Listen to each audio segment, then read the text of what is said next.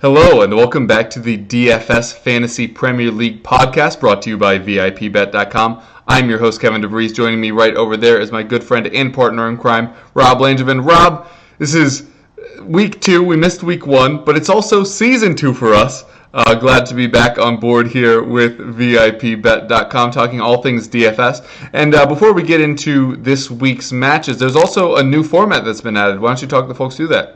Yeah, everyone's used to the DraftKings format of a classic where they get a salary cap. They got to pick their 8 guys to form their roster. And now there's a new format called Pick'em. Basically, players are placed into tiers 1 through 5 for offensive players. Number 6 is for goalies only.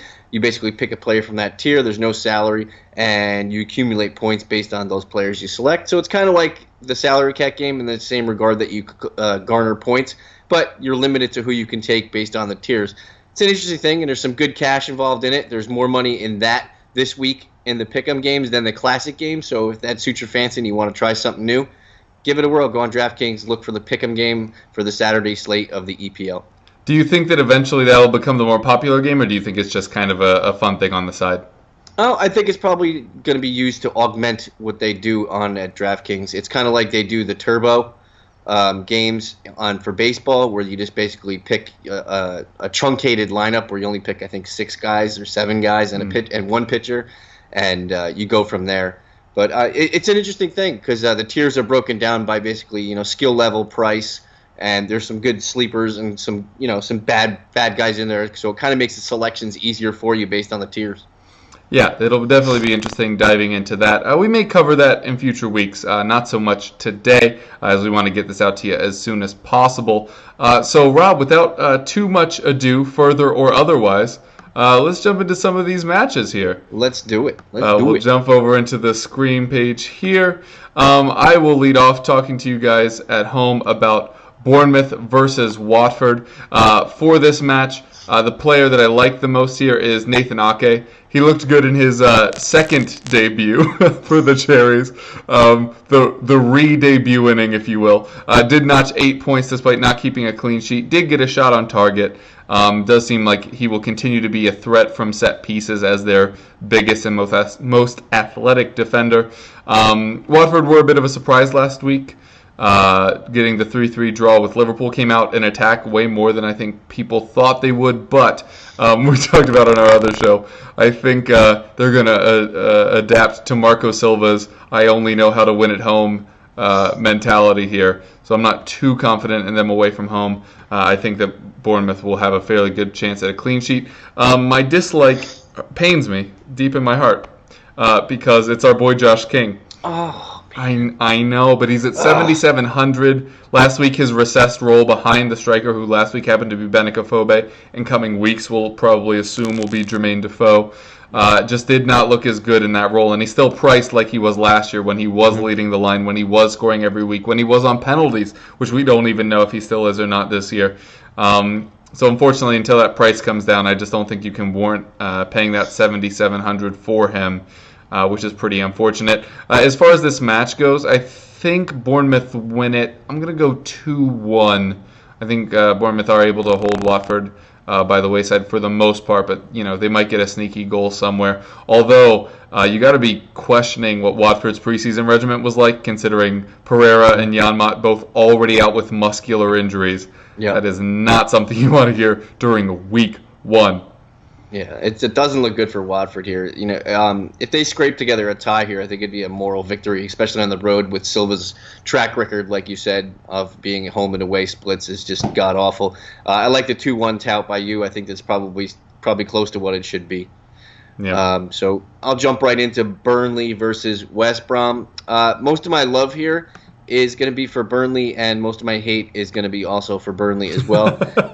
West Brom is just there's different kinds of oatmeal. There's oatmeal with like apple cinnamon and berries, and West Brom is basically that oatmeal that's just not flavored, unsugared, and it's just plain old variety oatmeal. So for DFS, for this slate, I'm just totally ignoring West Brom.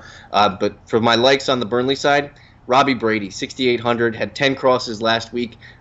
He seemed like he's very involved in a lot of the set pieces and corners, which is great for you because it adds to your accumulating stats, and he's probably going to continue to do that this week. On my dislikes, basically, I think a lot of people are going to look at the Burnley returns last week against Chelsea and be like, oh, Burnley defense could probably give me some points. No, it's not going to happen again. Ben Mee, 3,200. Stephen Ward, 4,300. Tarkowski, 3,100. They have those are the three main guys I think that you'd probably look at. Most of their returns were based on, look at Stephen Ward's price this week. It's 4,300. He's only that high because he scored a goal last week. Yeah. It's not going to happen again. People are going to be looking at their returns from last week and assume that something else is going to happen. Just stand away from Burnley's defense this week. I don't expect the return like they had last week against West Brom. I'm not saying that West Brom is better than Chelsea defensively, but Chelsea was all 6s and 7s last week. And at times literally on 10s and 9s. Yeah, in terms of the fact that they had too few players. They looked better with 9 people than 11. They did. Is basically what happens. West Brom on the road, I think Burnley is a better team at home, so I could see them taking this game possibly 1-0 and keeping it clean. Yeah, I'm surprised that your dislike for West Brom here, as we've talked about on other shows previously this week. J-Rod led the lead in shots on target last week. I think Burnley see a big regression this week after their big win against Chelsea. I'm going to go West Brom 2-0. Ooh, that's a lot of goals. That's a lot of goals for West Brom. I don't know what they're going to do with all that.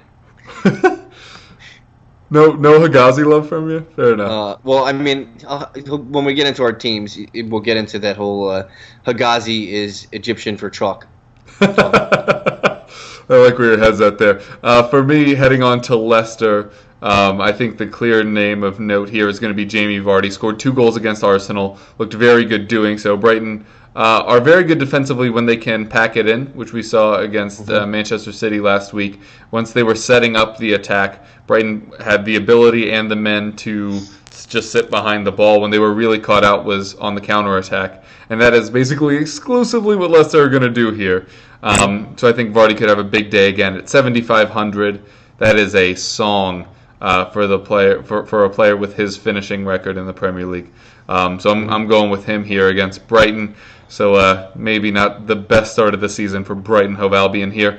My dislike is going to be the Leicester defenders. Brighton did fail to score last week, but you still see some pretty high prices here, like Fuchs at 5,100. Chilwell probably not starting at 45. Maguire at 3,600 is interesting if you think he's going to do something in an attacking sense.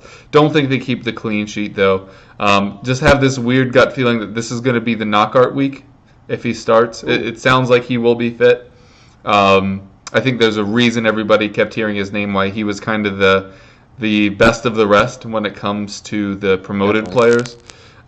Just like we both like baseball, like basically the top-rated prospect. We haven't seen him yet. Yeah. We've heard a lot about him, thinking maybe he may pop up and score in this one. I do think Leicester end up winning this one. I'm going to say 2-1 Leicester. You're liking a lot of 2-goal games here, Kevin. I am. Yeah, I like. We did see a lot of goals last week. Yeah, we did, and they came in places we didn't expect. So, true. I mean, Leicester scoring 2 goals doesn't seem like too crazy considering jump off a cliff. and I love Jamie Vardy this week. If there's one player basically at his value or below it, Jamie Vardy is one of the first guys I've been putting in my lineups this week. So yeah, I agree with you that Leicester gets 2. I don't know if Brighton gets any. Fair enough. All right, on to you now, talking to us about Liverpool versus Crystal Palace. Look, an actually good team. Yeah, it's amazing. My love this week is a guy who's on defense for Crystal Palace. I know you're probably sitting there going, wow, he's a crazy man. Don't listen to him. But Patrick Van Aanholt at 4,600. This game is going to be a roller coaster up and down game, and it fits Patrick Van Aanholt's style. I know that he's going to be chasing Mane up and down the pitch because they do play the same side. So I'm not expecting him to do anything defensively, give you any kind of metric there, but he's going to win some interceptions. He's going to do some, the sub category scoring for you defensively that gets you points. But I'm looking at, I want shots on goal. I want the transition things that Patrick Van Aanholt is good at, and he's going to give Liverpool a little bit of trouble. Because if there's one thing that we've seen in preseason games and the World Cup qualifier game and the first game that we saw, Liverpool is weak defensively. They're going to give up some goals this year, but they're probably going to outscore most of their opponents. So that's my love for this week. My biggest dislove is having to pick between Sadio Mane and Mo Salah. That is the biggest conundrum in this matchup. Both they're $100 apart, 8,600, 8,500. I don't think you can go into battle with both of those guys on your team. I think it just sucks up too much of your funds. And there's probably cheaper options on Liverpool like Amri Can, Jorginho Wijnaldum that you could probably pivot off of owning both Mane and Salah. I would steer clear of Liverpool defense. They just don't offer anything going forward because basically everyone going forward is already playing in a forward role. They don't need defenders to go forward too. This game, if Crystal Palace shows up like they did last week against Huddersfield, this game's going to be out of control early, and they're going to be chasing down the game. I could see Crystal Palace getting a goal, but Liverpool scoring 3, so I'll say it's 3-1 Liverpool. Wow. Yeah, we both apparently think there's going to be many, many goals this week. I was going to go 3-2, and I thought I was crazy. But there you go. It'll be really interesting to see if Moreno or Milner gets the start. Moreno has started the last 2 matches, including the Champions League match, but then Milner did come on and score. We'll throw some heavy air quotes into that. He called it. He called it off the guy's chest. That's what he did. He called bounce before it went in. Yeah. But I'm going to talk to you guys now a little bit about the Southampton versus West Ham match, the Battle of the Hams. It's a horrible joke. Also, Tottenham exists. But the player I'm going with here is going to be Nathan Redmond. He is a very frustrating fantasy individual. And I will not own him in season-long leagues. I do not believe in him that much. But there are good matchups every now and again. Last week had, I think it was 4 shots and 3 crosses, which you have to like. Now you throw him up against this West Ham defense that just got absolutely trounced by Manchester United last week, especially on the wings, which I thought was interesting because that is not what people would think is the strength of Manchester United, but we saw Henrik Mkhitaryan have a great game on the right there. So I think Redmond could have a big match here against West Ham. And my dislike is going to be Dusan Tadic at 7,800, just because I don't even trust him in daily formats. And even though he had a pretty good match last week, I think he had 15 points. Yeah, 15 points last week. I don't think I can buy in on him, and I would much rather have Redmond for cheaper. I'd rather have Ward-Prowse for cheaper. They're both floating around here. You know my secret man crush for Sofiane Boufal, if he ever actually gets a start. My issue isn't with Tadic. I mean, it kind of is because I feel like I can't trust him at all. But there are also cheaper players here that are interesting. And Southampton defense is interesting. It just depends on whether or not you think Chicharito scores. Oh, I should have put Chicharito in my likes as well. Not a huge buyer on him, but 5,300 is really cheap for a striker that a lot of people think is going to score 15-plus goals in the Premier League this season. And if he's going to do that, they have to, we're in week 2, but it's got to start coming soon. But anyway, so yeah, Southampton defenders I'm a little iffy on, but give me some of that Nathan Redmond for at least this week, and then we'll see if he can't turn my opinions around in coming weeks. I'm going to say Southampton 1-0. Yeah, it's exactly what I said. I don't think there's going to be many games. I think Southampton gets one early and sits on it the whole game, and West Ham just counters the hell out of them and don't get any reward for it. I like it. I like this is one of the games where I'm looking at a Southampton defender to pair up with somebody because their values are there. Jack Stevens is a bargain, and I think Southampton will give you decent returns defensively. Yeah. What do you think about this Stoke Arsenal match? This is probably my favorite stackable game on the slate. Arsenal has a lot of guys that I like, and they're basically all my likes. I love Oxlade-Chamberlain. I love Aaron Ramsey if he starts at 4,800. But it's funny. I'm going to go with a different like here on a Stoke player. I'm going to go with Xherdan Shaqiri. Yeah, that's not a bad shot. His stats were so good last week. He does so much of the tertiary stuff that nobody really notices because Stoke is really god-awful at soccer. They're basically not better than a top 12 team. And it's basically proven since Mark Hughes has got there that that's all that they are. Mm-hmm. And the signing of Jesse Rodriguez is probably not going to help them too much. It's definitely not going to help them this week against Arsenal. Yeah. But Arsenal has a lot of playable options this week. Even if you want to look on defense, Sead Kolasinac is a decent, expensive defender at 4,700. Arsenal's going to walk this game. I think even on the road, the Potters are. I don't think they're going to give him much. I'll say 2-1.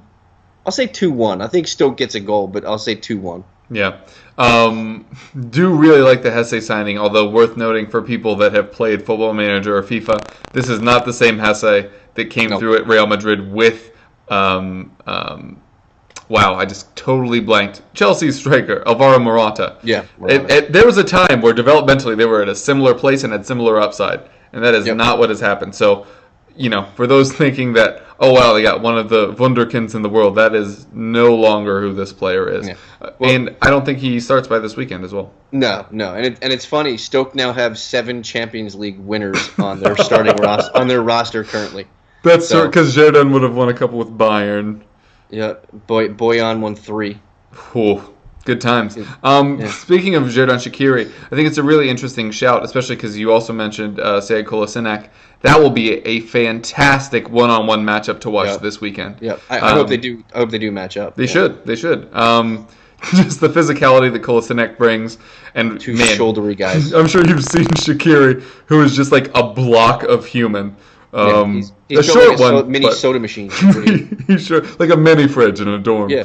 But yeah, I agree with you. I think Arsenal have the better. I don't think Stoke have enough to challenge them right now.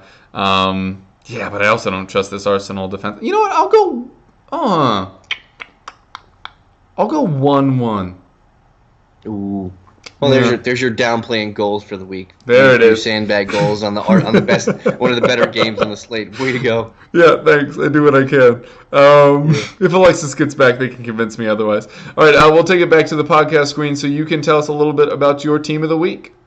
Yeah, I made a team like we'll always do every week. If you've seen us last year, we're going to continue to do it. I basically just made a team. This is probably one of the teams I'll be submitting for one of the classic tournaments. So I started off with Ben Foster in goal at 4,600. In defense, we skipped over him when I was talking about West Brom, but Ahmed Higazi at 3,100.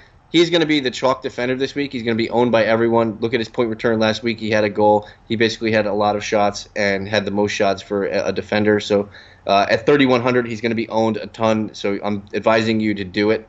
My other defender is Kolasinac from Arsenal. I say his name every single time I talk about him, and maybe I do it on purpose, maybe I do not. But at 4,700, he's my star defender. I think he's going to get forward enough, give you enough headed balls, interceptions, defensive metrics that give you points and accumulate some good stuff. In the midfield, I have Sadio Mane. He won the coin flip with Mo Salah. So at 8,600, I'm spending the extra $100 because of the coin flip. And on my other midfielder, remember how I said you want another Liverpool player that you want to downplay in? Yep. It's Emre Can or Jorginho Wijnaldum. Kevin, where's this game being played? Oh man, I don't actually have it in front of. Oh, at Liverpool. So the pick is Jorginho Wijnaldum at 5,100. He's going to be in my lineup probably 20 times this year because he does get a fixture at Newcastle this year. So that'll be the 20th game of his home schedule. For forwards, I have Jamie Vardy at 7,500 and Alexander Lacazette at 9,000.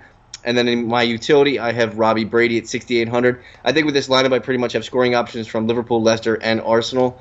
So I'm pretty much covered with the 3 best scoring slates, I think. So I'm going to battle with it. I have $400 left over, so I could still move around. But this is just a reminder. We didn't mention in the beginning of the podcast, and if you're the first time watching this, make sure you pay attention to the lineups when they first get announced. I know the lineups lock right at 10 o'clock, so make sure there's there's nobody in your lineup that isn't starting or playing, and always keep a little bit of money in your account just in case, because you never know what happens. At the 12:30 games, you may need to switch somebody around. Yeah, if you follow me at Kevroff, I do tweet out all of the lineups now.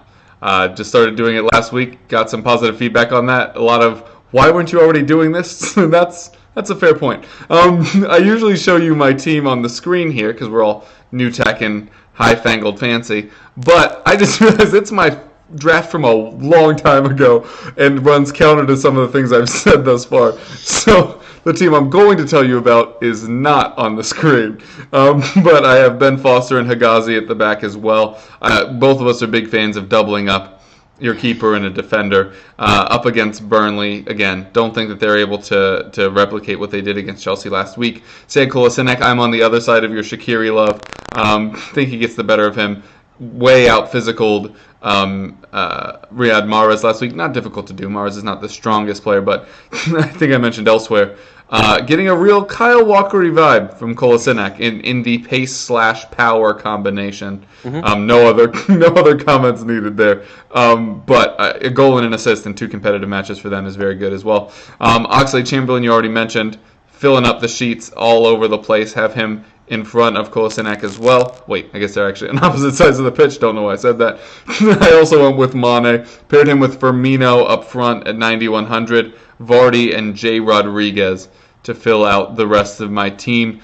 We'll probably have a couple more teams in there. I do think I'm going to try doing one of those pick'ems that you mentioned, and hopefully we can dig into that format a little bit more next week. But as fans of last year's show know, we usually end it with a prediction to see where we think the highest point tally will go this week. I said there are going to be a lot of goals. You were a little more goal shy on those. Where do you think we're going to see the winning team this week? Yeah, according to your prediction, there's going to be 19 goals scored. So, I don't think it's going to be that high. I'm thinking more of like the 15 range. So, but it all depends on who everybody has rostered. True. If the goals come from people who aren't rostered very highly, then the score is going to be lower. I'm probably thinking in the 130s is probably what the score is going to be. I don't think there's going to be too many goal scorers that are going to be unowned, so I think that's going to calculate into the total being 130 to 140. I would say it'd probably be the comfortable range for me. Yeah, I'm not too far off that. I think it'd be a little closer to the 140 to 150, but as you say, in the matches that I predicted to have goals, sometimes not clear-cut guys. So could be surprise factors yet again. Who's this week's Vokes? That's your job to find out. All right, well, Rob, thanks so much for joining me back here on this VIP Bet DFS Premier League podcast. Tell the folks where they can get at you elsewhere. You can find me on Twitter at FPL_MNOP, or you can find my writings and musings and stylings on Razzball.com. Yeah, and I'm your other host, Kevin DeVries, at KevRuff on Twitter. You can find both of us at EPL Roundtable, where we have the FPL show. Also on that channel is a Premier League and a Championship show, so give those a listen if you want to, I guess.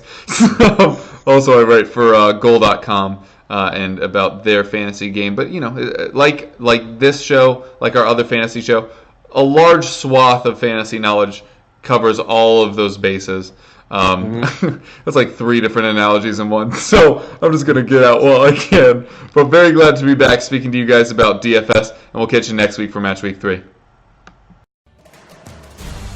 We're looking forward to hearing from you. Get in touch with us. VIP Bet, your place to win.